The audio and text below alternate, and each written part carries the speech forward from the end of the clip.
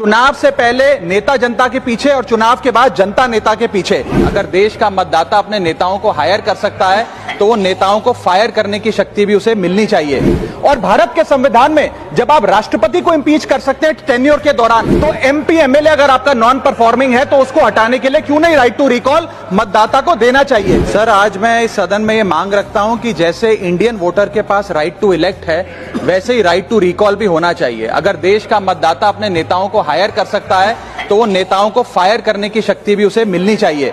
Sir, right to recall is a mechanism that empowers the voters to de elect a neta representative before the tenure ends if he fails to discharge his or her duty. Sir, हम MP MLA चुनते हैं, उसके बाद अगर वो काम ना करे, अपने वादे भूल जाए, जनता से दूर हो जाए, तो 5 साल तक इंतजार करने के अलावा जनता के पास कोई ताकत नहीं है। कोई इंटरिम प्रोविजन नहीं, कोई अकाउंटेबिलिटी नहीं, कोई परफॉर्मेंस रिव्यू नहीं, कोई करेक्टिव ऑप्शन नहीं। चुनाव से पहले नेता जनता के पीछे और चुनाव के बाद जनता नेता के पीछे। और सर, 5 साल is too long a period in this day and age. अगर एक गलत फैसला गलत नेता को चुनने का लिया तो लाखों लोगों का भविष्य अंधकार में जाता है और पूरा क्षेत्र पीछे जाता है। Sir, we can trust our voters to elect.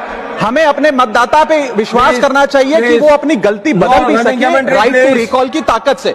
Sir, let me clarify that right to recall is not a weapon against politicians, it is an insurance policy for democracy. और भारत के संविधान में जब आप राष्ट्रपति को इंपीच कर सकते हैं टेन्योर के दौरान, उपराष्ट्रपति को हटाने का प्रावधान है, जजों को इंपीच करने के लिए प्रोसेस लेट डाउन है, यहां तक कि रूलिंग गवर्नमेंट के खिलाफ नो कॉन्फिडेंस मोशन लाकर आप सरकार बर्खास्त कर सकते हैं। तो एमपी एमएलए अगर आपका नॉन परफॉर्मिंग है तो उसको हटाने के लिए क्यों नहीं राइट टू रिकॉल मतदाता को देना चाहिए।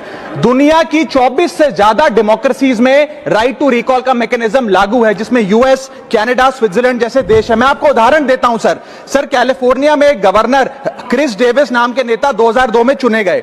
उनके कार्यकाल में मैसिव पावर कट हुए, एनर्जी क्राइसिस हुआ, बजट की मिसमैनेजमेंट और गन शूटिंग की वारदातें हुई। उसके चलते 1.3 मिलियन कंस्टिट्यूएंट्स ने एक पिटीशन साइन करके दी कि इन्हें रिकॉल किया जाए। वहां के चुनाव आयोग ने रिकॉल वोट कराया 7 अक्टूबर 2003 को और 55% मतदाताओं ने वोट किया कि इस नेता को बर्खास्त किया जाए। ग्रे डेविस को हटाया गया और आर्नल्ड श्वार्ज़नेगर को वहां पे गवर्नर बनाया गया। सर, मैं बता दूं कि हिंदुस्तान में भी इसका प्रेसिडेंट है। कर्नाटक, मध्य प्रदेश, महाराष्ट्र और राजस्थान में रिकॉल मैकेनिज्म ग्राम पंचायत के स्तर पे लागू है और ग्राम सभा के लोग मतदाता वोट करके उन्हें वापस बुला सकते हैं। सर, लेकिन इसका मिसयूज ना हो इसलिए हमें सेफगार्ड्स भी बनाने पड़ेंगे।